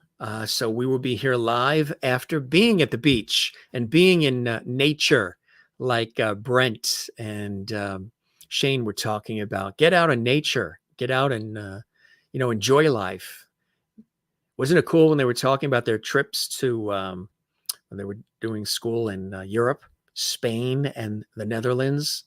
Really cool places. Yes, I would recommend if you ever get a chance to travel, folks, if you have not really done much traveling. I know it's been kind of tough to do that in the last couple of years with all the craziness going on.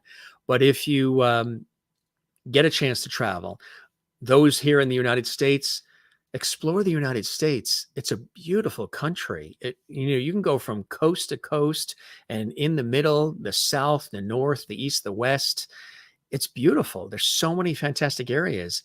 I mean, you can drive from Maine to Florida, and as you're making that drive, and we've done that, it's beautiful. There's so many different feels and looks, and it's just really fantastic. Get out and explore. And if you get a chance to ever go, to other places, other countries, while you can, do it. You will definitely enjoy. I love doing that. I love when I hear I've got an assignment that's going to be taking me on location.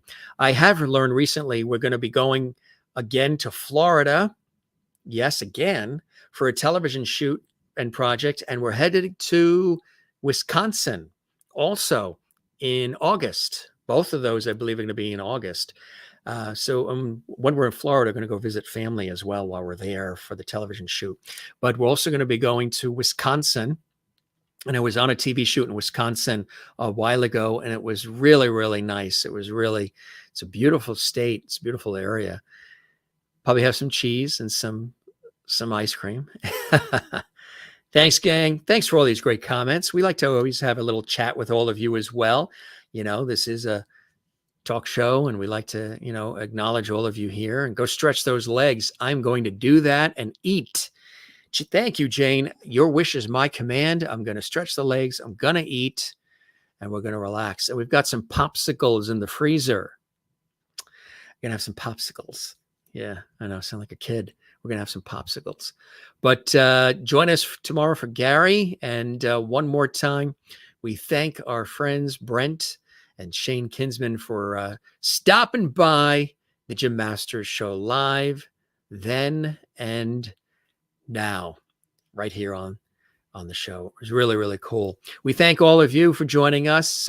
We send you lots of lovity. And if you're with us live, thank you very much. If you can't be with us when the show is live and you like to watch later on, thank you very much as well. We really appreciate that.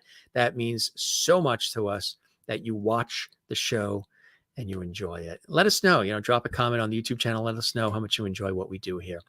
All right. We don't say goodbye. We say see you later. We say take care and be well. We say sayonara, hasta la vista, shalom, slancha, ciao, Wiedersehen, moi loop, be well, and take it easy.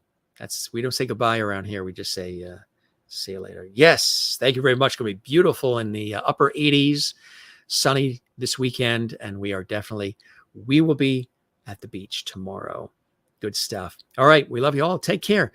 As I always say, be good to one another, take care of one another, and love one another, and don't let anything get you down. Keep your chin up. Keep inspired. Keep inspiring other people. Let's do all this together because everything's full circle. And join us when you can. We'll be here for you to entertain, inspire, inform, educate, and just come together as a community here on the Jim Masters Show live series. It means a lot to me to do these shows for you and all of us here. And, we just love when you guys are here. So you're the best, whether you watch live or Memorex. All right. We got some dinner waiting and we have popsicle waiting. And she hates to miss the show. She's glad she doesn't work all the games now that she works with the Mets. You hate missing our show because you like to be here when it's live. I know. Well, we're so glad you can join us as often as you can, Kathleen, and sending you love to New York City. We'll see you soon, too. All right, gang. Thanks for hanging in with us. We love it. We appreciate it. And yum. Jane would like a popsicle there at 4:30 in the morning in Sweden, or 4 a.m., I guess it is. All right, we'll see you soon. Thanks for being with us. We say that 100 times, but we mean it. We'll see you on the next one, okay? Right here on the Jim Masters Show, Entertainment Lifestyle Variety Talk Show series, where we're bringing back Lost Art of Conversation with you, and you. See you on the next one. Cheers.